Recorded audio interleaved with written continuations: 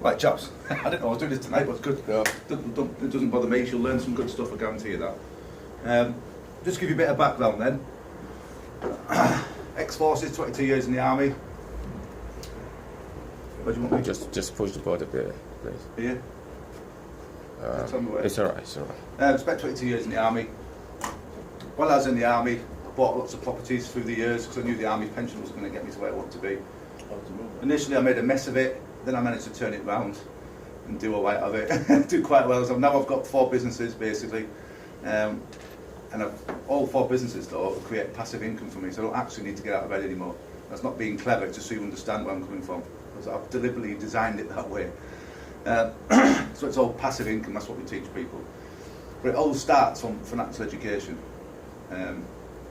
Initially, I told you earlier that I lost loads of money, but through financial education, I found a couple of gazillionaires. Like I found a couple of guys that taught me all this stuff, paid them lots of money, got myself in more debt actually to get myself out of debt from the education, and I managed to turn it around. And before I left the army, I started paying people's debt off for them, teaching them about money and how it works and things like this. And that's where it all stemmed from. I just thought, oh, I set up my own company. Forces Investments is my company.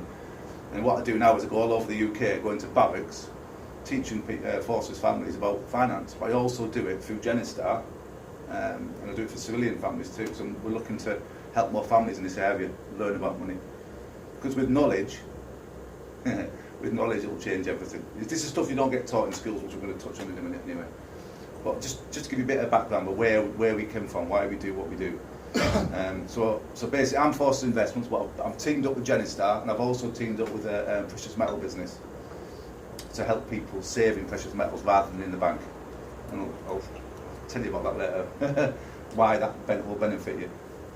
As Richard and Daniel and Anthony went to this weekend, we had an event in Manchester and York, and they all were just like, whoa, yeah, good shit. Sorry, language. Good stuff, alright? Right, so I'm talking about Genistar today. I'm going to whiz through this, don't need any of this. Disclaimer. Actually, questions first. If you've got any questions, just ask me as you're going along. It doesn't matter. I'll write them down and ask us afterwards. But disclaimer, that's just me saying I'm not a financial advisor. I don't ever want to be a financial advisor. I'm not wearing a shirt and a tie and doing all that boring stuff. We're financial educators, big difference. We don't give advice, we give you education, we teach you how to do it. Because we believe every family has got, are quite capable of making their own financial decisions if you get given the right information. But it's sad to say that banks do not give you the right information. They don't tell you what they should be telling you, because it will make them less money, won't it? That's why they don't like us, because we go out and tell you the truth. We work with ex-bankers, you know. We go out and tell people the truth. So disclaimer, I'm not a financial advisor, I'm a financial educator. Big difference. We believe in giving you the power to make your decision. So this is our mission, to help families learn how money works, become debt and mortgage free and financially independent, in short. And this is why we're doing it. Let's give you some figures. Personal debt's £1.6 trillion now. Don't know if you know that. That's not the government's debt, that's our personal debt, the people within the UK. And it's getting worse and worse and worse. The whole world, it's like a ticking time bomb right now. It's going to go pop at some stage. I hope to God I won't, but I don't think I am. It's going to go pop. There's more debt than any other country. I think Japan's actually tipped us last few days. It goes up and down, but people think the UK is wealthy. We spend 9 times more than what we earn. If you were to do that, if you or I were to do that, what would happen? Spending 9 times more than what you earn. As a country, that's what we're doing. Again, everything I'm saying today, do your own research if you're bored one night and you want to have a look at it. Do your own research, but it's exactly what's happening. 62% of the population have financial difficulties, 40% of unsecured debt, and that's getting worse too, year by year. And the UK population is addicted to debt. You know this, don't you? Everybody wants it all now, don't they? They're not willing to save up for it normally, they want it now. I've done it. And they're willing to pay all that bloody interest to the banks or to the loan shark for the privilege. I had a soldier that used to work for me, he had 4 payday loans. His lowest APR was 998% APR, his highest was 4,500% APR. Because they're just chucking money at people and just charging them loads of money. It's wrong, isn't it? It's theft, I think. You know, legal theft. And this is another one. Another problem. People cannot save. it's getting harder and harder for people to actually save. You ask a lot of people, well, more bloody hell no. Most people I sit with families, you'll say, well, after you've paid your bills, what have you? What do you save then? I don't, we can't. We haven't got any money left to bloody save because interest rates have gone like that, haven't they, in the bank? Interest rates and credit cards haven't gone down, have they? No. And inflation's done that. Interest rates doing that. Inflation's doing that. Inflation's just under 3% at the moment. Yeah. So where's your wages? What your earnings in the middle, innit? It's getting squeezed and squeezed and squeezed. You can buy less and less and less. And even if you do save, where do people generally save the money? In the bank. And the bank's giving you fudge all, aren't they? You're actually losing money keeping the money in the bank. You might as well be giving it away. So I'm not laugh at us. But yeah, we're in a bit of a mess. I think that figure's worse in the army. Like, the guys are just ridiculous. They're skint after the first 2 days. You know, and they're just living off bread and soup and shit and all sorts. Sorry that language, by the way. The problem, again, pensions. I'm not a great lover of pensions. I'll give you some reasons why, that show all up here. Can the UK afford the pensions? If you look into it, if you're that bored again, the UK cannot afford it. That's why the pension age is 68 now. It's gone up again, hasn't it? They can't afford it. They're skinned. You know, if you're banking on the pension to look after you in later life, good luck. You've got to do something else other than have a pension. Have property or something else, you know. Do something else for yourself, yeah. You can't rely on the government. Could they change again? Pensions keep changing, they keep changing the rules. Got no control. I was in the army for 22 years. They changed twice while I was in, and they changed the third time I was leaving. There's more money in their pockets, not mine. You know, you've got no control. I'm saying linked to the stock market, I don't like that, because the stock market's all over the joint. A very low return investment. This is from my point of view, really, because I know what I can do a lot better with my money than leave it in a pension that someone else controls, that someone else makes money from. Family benefits are insufficient. And the main thing is you have no control. That for me, you have no control over it, do you? They can just say, oh, whoops, I just lost 50 grand value. You know, when you come to get your pension, they can go, oh dear, well, what a shame. You know, so for me, really, out of all this, you know, I don't like this is the main point, and also this. You have no control over it. So why would you give your power? Why would you give your power to somebody else to control? Your family's future, your future, when you get to retirement age, when you're dribbling, when you're an old crusty, you know what I mean? Yeah, 30, 40 years ago, guy went out to work generally, wife stayed at home, looked after the kids to get by. Nowadays, bloody husband, wife goes to work and they're still skinned, they're still struggling, and it is getting worse. The numbers don't lie. So look at all this stuff all the time. I need some figures to prove it. This is a survey that's done every single year. Out of 100 people at retirement age, which is now 68, out of 100 people, 1% is wealthy. Or is, well, I think it's over 2.5 million is classed as. 4% are financially independent. 41% is still working at 68 years old at retirement age. And that's not because they want to, because they have to. I know a lot of people now actually that have left nursing. Actually, I know quite a few people in nursing. My missus is a paramedic. They've left and they've had to come back to work. They can't afford to live. It's a sad do, isn't it, you know? And 54 dead broke, they haven't got a beat. They haven't got now. We try not to swear. Because I get excited. But, you know, 95% of the population, of the UK's population, at 68 years old, well, it's going to be later than that, isn't it? They're going to keep upping that, it looks like. 95% are still working at dead broke at retirement age. And the question is, where are you going to be if you change nothing right now? Where do you feel you're going to be? You've got to have a plan, haven't you, to be where you want to be. You've got to make it happen. But most people just think, oh, the government's going to look after us, they're quite happy sat at home whinging a while about where they are financially, but they won't go out and do something about it. You know. And this is a biggie, we mentioned this earlier, there's a lack of financial education. You get taught, I don't know what you got taught in school, but I got taught, I think she was dissecting frogs and... Yeah. I like that all one this they said the stuff other day about and Midland faggots. Bank. I can remember that. Did anybody else ever get that Midland Bank account I did, open? yeah. I can remember, Yeah. I got same. Griffin book, a Griffin Bank book, and that's Yeah. my education, was introducing me to Before my time, having a credit card. To having a credit card or a debt card, we call them. Call it credit 'cause it's more fluffy, innit? It's more, psychologically, it's more positive, innit? It's just a debt card, innit? You know. Midland Bank, what happened Yeah. to them? Don't know. No, no idea. Midland Bank. Remember it, You my did it grandpa for got the black Shelly bags Foot. and them stuff, didn't That's they? right, Yeah, I think how old are you, Dave? 31. Oh no, man, this is... Oh, we're showing our age now. I know. We won't mention that again. I don't know.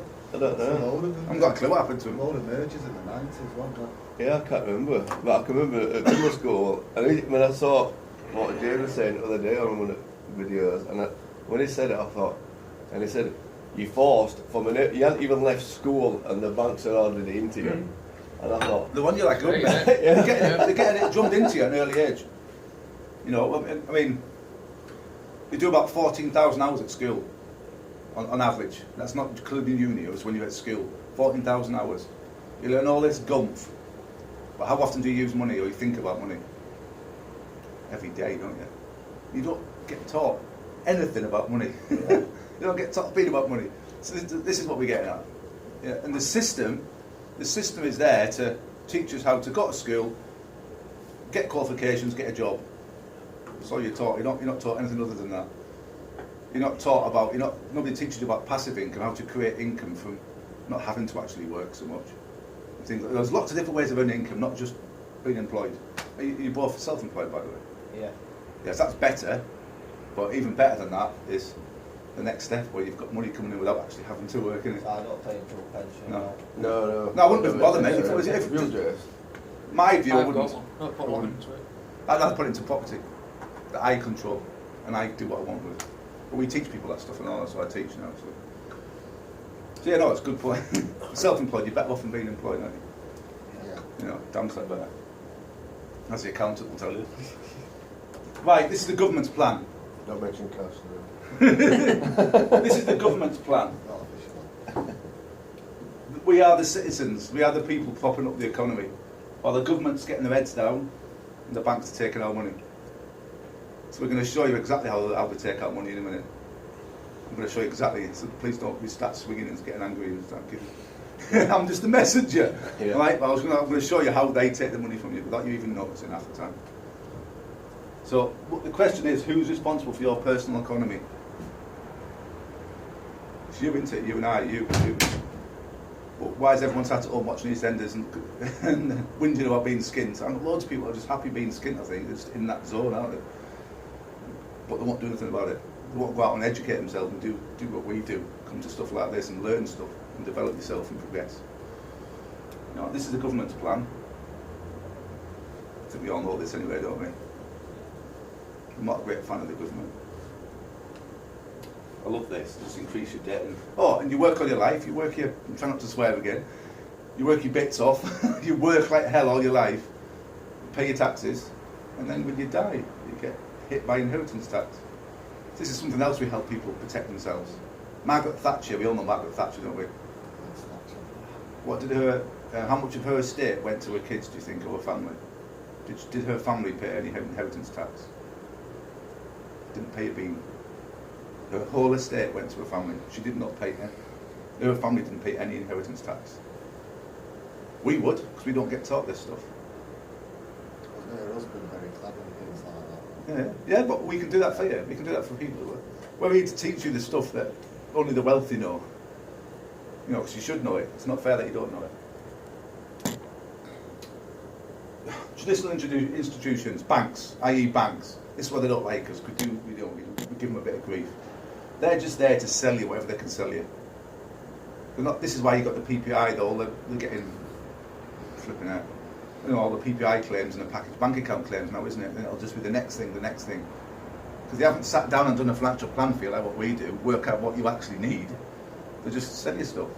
And John Flynn, one of our vice presidents, is an ex-banker. So we drag him up to his office sometimes and he comes to these events and he'll tell you himself. He was on the dark side and now he's on our side. And he'll tell you himself. He'll say, yeah, that's what we did. We used to have a whiteboard. We used to have targets to sell whatever we could. You know, when people come in the bank to take some money out, we'd try and sell them stuff. It's not whether they need it or not, we're just trying to sell them stuff. There's people we've heard, we've had stories of people having 4 different life covers. Same, you know, and house insurance, been covered for house insurance twice, 3 times. People just sell them and they're like, oh yeah, okay. But anyway, they're there to just sell you stuff. Maybe that says it all leave anyway. They don't provide a total solution, they don't do a plan, there's no attention to your goals and your dreams of where you want to be. They don't sit down and spend time with you like what we do. So the solution is, and this is how we help families, this is what we help, this is how we help you. We help people through financial education awareness. It's like a slap on the face, really, for most people to just show them that this is what happens, this is what goes on. You know, they have no idea what goes on, totally oblivious to it. And then we do free financial planning for families, because we don't believe in charging for them, to help them get to where they want to be. And they can see where it's like a financial health check. So we do a financial health check on them, so they can. We work out. Basically, we don't do it for them. We do it with them. Really, we just show you how to work it out yourself. We'll sit with you and your missus, and your kids. I try and get the kids involved too if they're old enough, because they should know this. If they knew this at an early age, if I knew this when I was a teenager, I'd be a gazillionaire now. Believe me, I bloody would be. You know, so we'll just try and get them involved. But we'll do a plan for them. We'll work out where they are financially today, however good, however bad that is, and then we'll find out where they want to be in the future, i.e. retirement, what have you, and that plan tells you what to do. It shows you exactly what to do to get to where you want to be. Just loads of stuff. It protects you, makes sure your assets are protected, things like this. It's a great plan. And we show people how to invest. I haven't got time to do that today, it's only a short presentation, this. But if people want to invest, again, we don't tell people, we don't give them advice, we just show them what we do. It's a different concept completely. We just say, this is what we do. If you want to know how to do it, we'll teach you, or you can get involved. If you don't, you don't. But you just copy what we do. And actually, people can actually join us. Most of us are soldiers. Most of my team are soldiers, like, but it doesn't matter, they don't have to be soldiers. We've got a couple of guys who go to church, they're in the team. What have we got? Anyway, people from all sorts of professions we've got. But mainly forces, because I'm ex-forces, that's the only reason.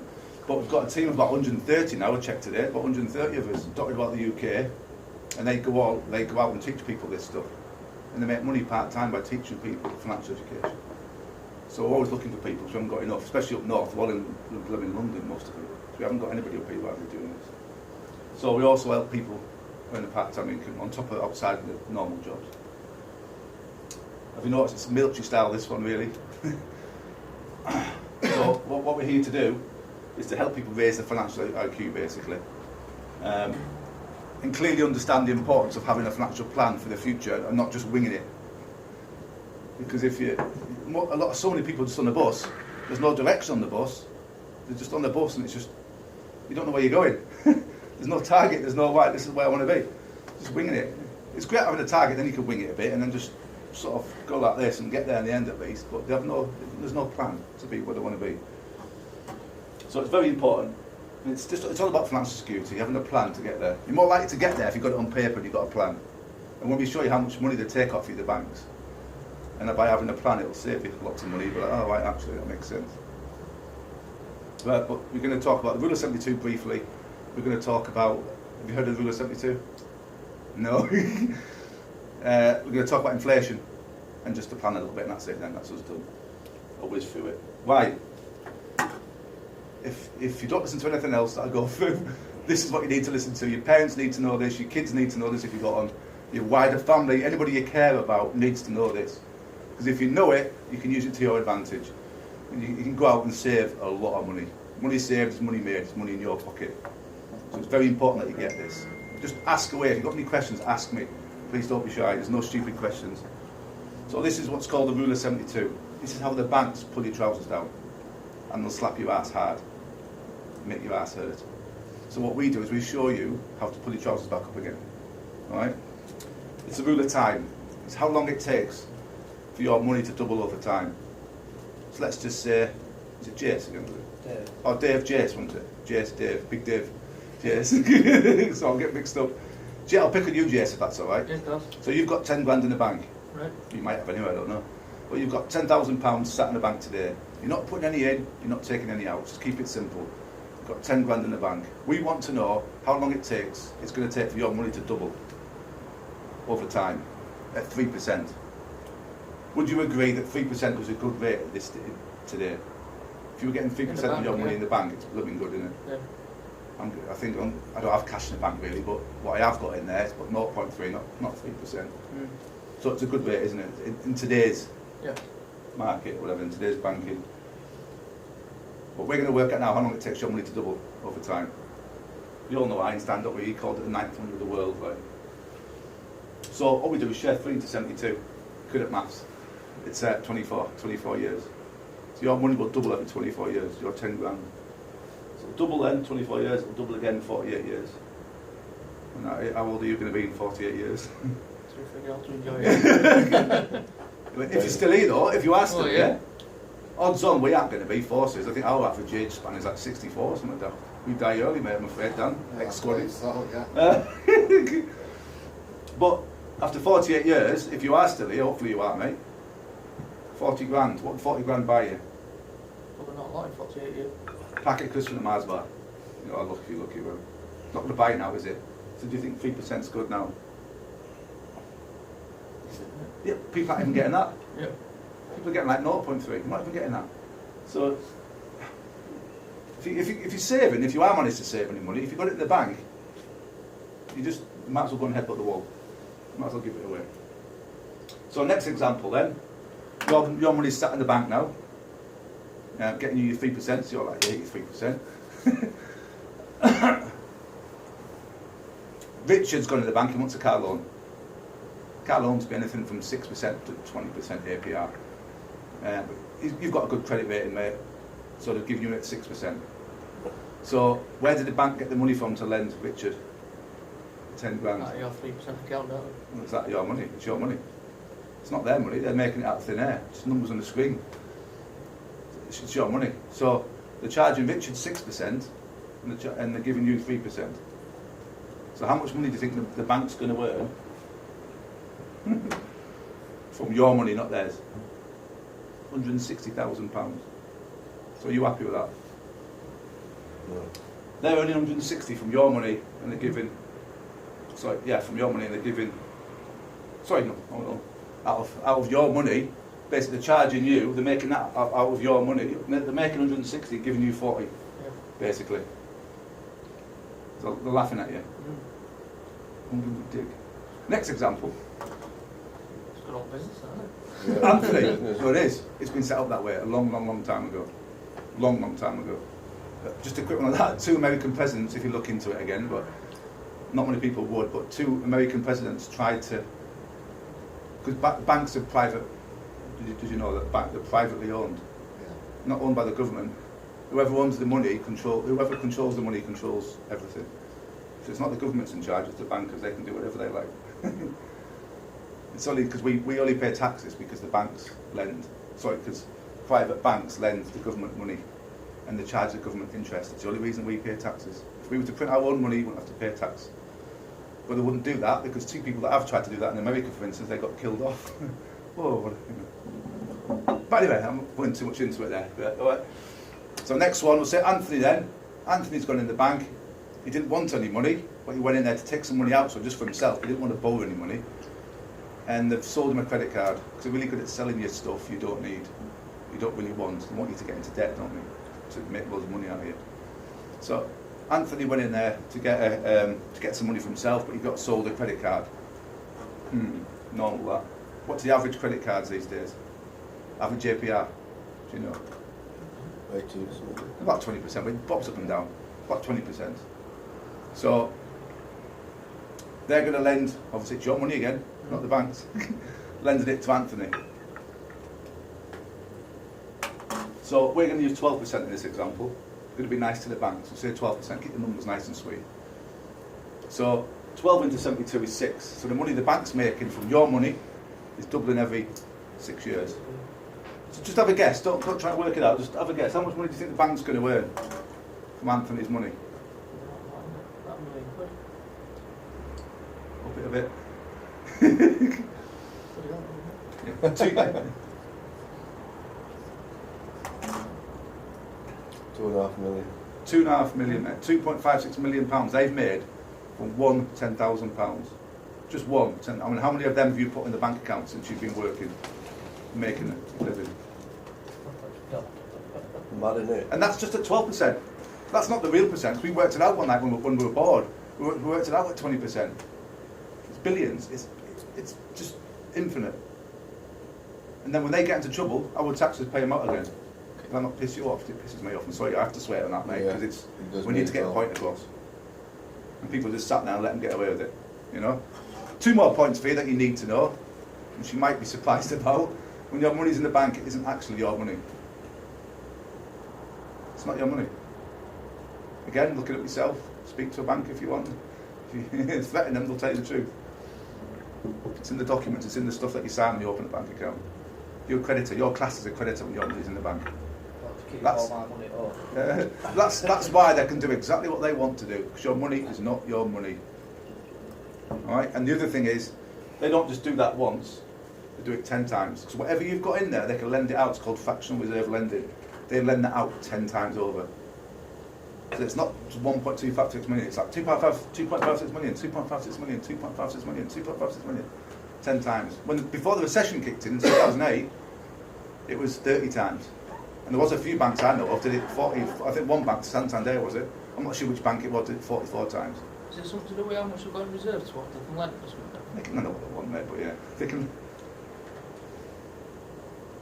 It's just literally, yeah, there you go. They're making money out thin air, and they're laughing at us. And we're getting the scraps on the table. We're not even getting scraps. We're not getting nothing. But what we do with the financial planning side, we show people how to use the rule of 72 in your favour against the banks, i.e., get you out of debt as quickly as possible. See, you're happy with that? You can see why people get peeved off sometimes, can't you? So the sooner you know this, and your kids know this, and your family know this, the better. Because you can, with knowledge, you can use it in your favour. And this is an example of what we talked about mortgages earlier. You see, you got a mortgage here. You pay for it monthly. Yeah. If you just, well, no, I'll tell you in a minute. Right, this here. If you can see this, it's not a very good screen. But 150 grand. This is a family that borrowed £150,000 and they're paying it over 25 years. It's quite normal, isn't it? They'll pay back £358,000 for borrowing 150. So £208,000 of it is interest alone, just interest on top of what they borrowed in the first place. All right. If you were to just do one thing, change your payments to fortnightly. If you just change your payments for your mortgage fortnightly, you'll save £52,281 and not 5 years off your mortgage. Just by changing your payments. Can you pay your mortgage when you want that?